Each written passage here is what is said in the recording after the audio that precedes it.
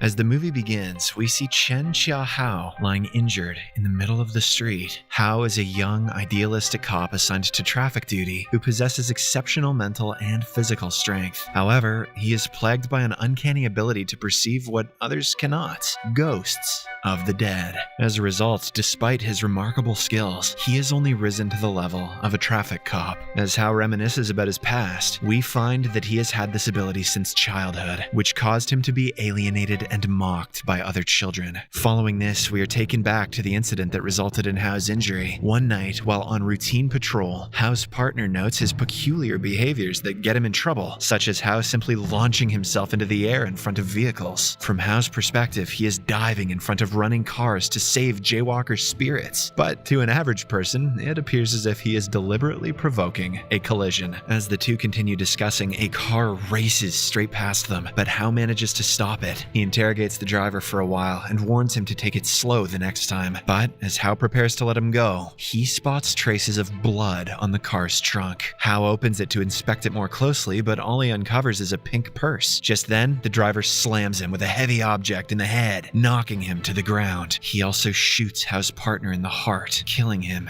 instantly. The man then prepares to finish off Hao, but at the same time, a female ghost escapes from the trunk and materializes in front of him. This gives Hao the opportunity to bring out his gun and shoot the assailant instead. The following day, Hao explains to his seniors that a female ghost intervened on his behalf and saved him, but as expected, no one believes him. In addition, he is asked to revise his report by leaving out all the references to the ghost. Enraged that no one is believing his story, Hao quits the job instead. Shortly after, Detective Chang, who appears to be the only one to comprehend his point of view, approaches him. Hao is then offered to be recruited for his secret police crime bureau. Then, Detective Chang scouts him to the 9th Precinct, a special, yet secret, pseudo-segment of the police agency that deals with mysterious unsolved cases, particularly those involving ghosts, and helps them find peace to let them pass on. As soon as Hao enters the department, he notices other police officers that are interacting with ghosts and have the same abilities as himself. Detective Chang then explains to him that when a person dies and becomes a ghost, they feel confused. He adds that they're held among the living until their earthly grievances are solved, and they're helped to properly pass over to the other side. Hao admits that he can see the ghosts, but not hear them, so the detective simply advises him to empathize more with his heart until he gains the ability to hear them. Then, Detective Chang briefs him on the most important weapons used in a supernatural investigation. The first thing he mentions is incense,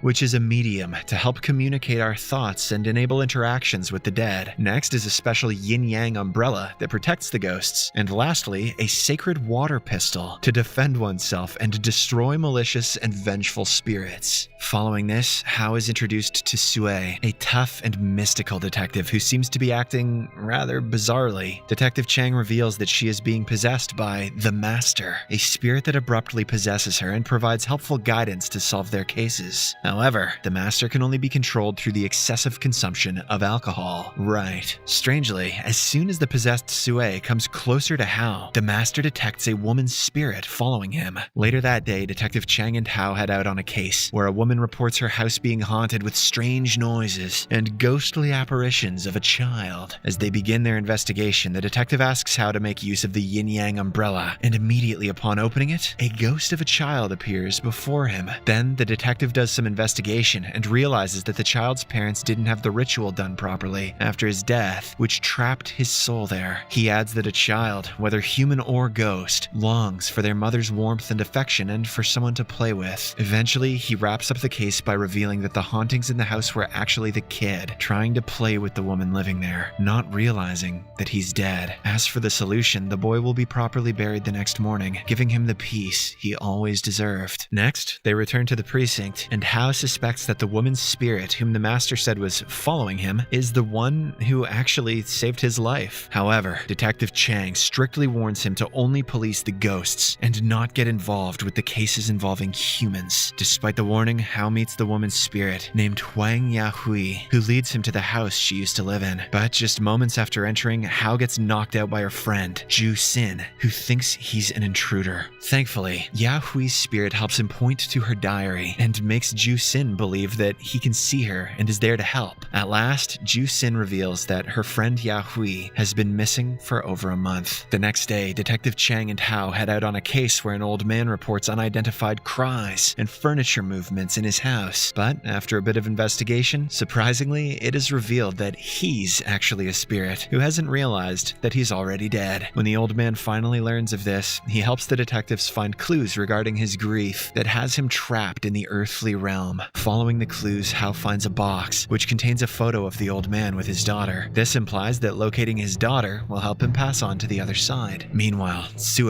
gets possessed and has a vision of a place where his daughter is. So the three of them drive to the said location, only to find a crowd of female ghosts, all adorning the same robe and staring at them with sadness and a tinge of hope. Hao then carefully makes his way to the old man's daughter, reunites the two of them, and sets them free. The same night, they inform other police departments about this, which helps them exhume a mass grave of bodies, all identified as those of the women who had been reported missing for the past few months. Before leaving, Hao notices Yahui among the crowd, and due to his strong sense of justice, he tries to solve her case. However, Detective Chang wants him to not meddle in the affairs, as it may lead to disastrous consequences. Next, we are introduced to Sun Yushu, CEO at Sun General Hospital, who's just been informed that a wealthy counselor has met with an accident. So, without wasting any time, she departs to rescue him. In the next scene, Yushu is seen standing in front of a statue of Satan, bearing an inverted cross and a dark robe. She then slowly proceeds to conduct a ritual of rebirth on the deceased counselor. Meanwhile, Ju Sin and Hao do some digging and learn that Yahui was pregnant with the counselor's child and had been to the Sun General Hospital for her delivery. This is when she completely disappeared. Surprisingly, the rest of the victims also never returned after their visit to the same hospital. This explains why they were wearing the same gowns. The next day, they pay Yushu a visit and interrogate her about the disappearances, but as expected, she feigns ignorance. So, Ju Sin bribes the guards and gains access to the CCTV footage. Shockingly, the footage reveals that the counselor is standing on both feet without any scars, despite having been in an accident a few days ago. In another video, it is shown that Yahui did in fact visit the hospital, but she never managed to get out. Elsewhere, Yushu gets furious over the two trying to cross her, so she summons an evil spirit and sends him to harm them. In the meantime, the two get back to Ju Sin's house, and just when Hao is alone in the washroom, the evil spirit shows up. "Nice dick," it says. They engage in a fierce battle, with both going back and forth for a while. In the end, the spirit gives up and leaves, realizing that he cannot compete with a precinct cop. At the same time, Detective Chang arrives at the scene, and it is revealed that Ju Sin is his daughter. However, they are not on good terms, so she angrily asks him to get out, warning him to stay away from her business. Detective Chang obliges, but after a while, he again calls her to try and reconcile with her. They finally seem to be getting along, but just then, Yushu's men break into her house and abduct her. Hearing his daughter's screams, Detective Chang rushes to her place, only to find it deserted. He does, however, find the CCTV footage that she was watching before being taken away. As the detective looks closely, he notices Yushu in the frame, shockingly growing horns out of her head. Realizing that she is the perpetrator, Detective Chang rushes over to the hospital. There, he meets Yushu and tries to persuade her into giving his daughter back in exchange for the evidence, but she refuses. Then, with a diabolical grin, she exclaims that Ju Sin's sacrifice is a necessity for other important lives. Finally, it is revealed that Yushu has special powers, as she is in league with the devil. What? She actually deprives her young victims of their life force and either absorbs it herself or feeds it to her well-off clients, leaving them youthful forever. Hearing all of this, the enraged detective brings out his gun, but before he can pull the trigger, Yushu shows him his daughter. Detective Chang is horrified as he sees his daughter lying unconscious in the middle of a ritual surrounded by candles. Then, with just a touch of her hand, Yushu chokes him and threatens to finish him off. Later that night, several news channels report that the detective has committed the unthinkable to end his suffering. Surprisingly, the news also states that he had been going to the hospital for quite some time to cure his depression. This is because the cunning Yushu has fabricated some papers to make it look as if he carried out the act himself. Yes, the devil's #1 skill, paperwork forgery. The entire precinct is devastated to hear the news. In particular, Sui is deeply affected by Detective Cheng's death, as he had always been a father figure to her. Hao is not having an easy time either, as the two had just begun to grow close as partners. He then gets in his car and softly whimpers, holding the flat paper dolls that Ju Sin had made in her childhood. It is revealed that Detective Cheng treasured these more than anything else. In the next scene, Sui approaches Hao and starts talking about her tragic childhood. She begins by revealing that she had 2 fathers. One of them was a sailor who drowned in the sea. Then, when she was 3, her other father adopted her. Apparently, he used to get drunk and violently beat her every night without fail. Then, one night, having had enough of the abuse, she ran away from home and kept running until she collapsed. She was then brought to a temple where she lived for many years. With tears in her eyes, Sui then reveals that it was Detective Cheng who found her and took her to that temple. Following this, Hao also talks about his childhood, because nothing makes a third act kick like a bunch of unnecessary flashback sequences. He begins by revealing that a fortune teller predicted that his father would marry 2 wives. Therefore, his father ended up marrying a ghost woman to fulfill the prophecy, although his intentions remain unclear. However, only Hao could see his ghost mother, who was always there with him no matter where he went. But when his friends got to know about this, they started bullying him badly.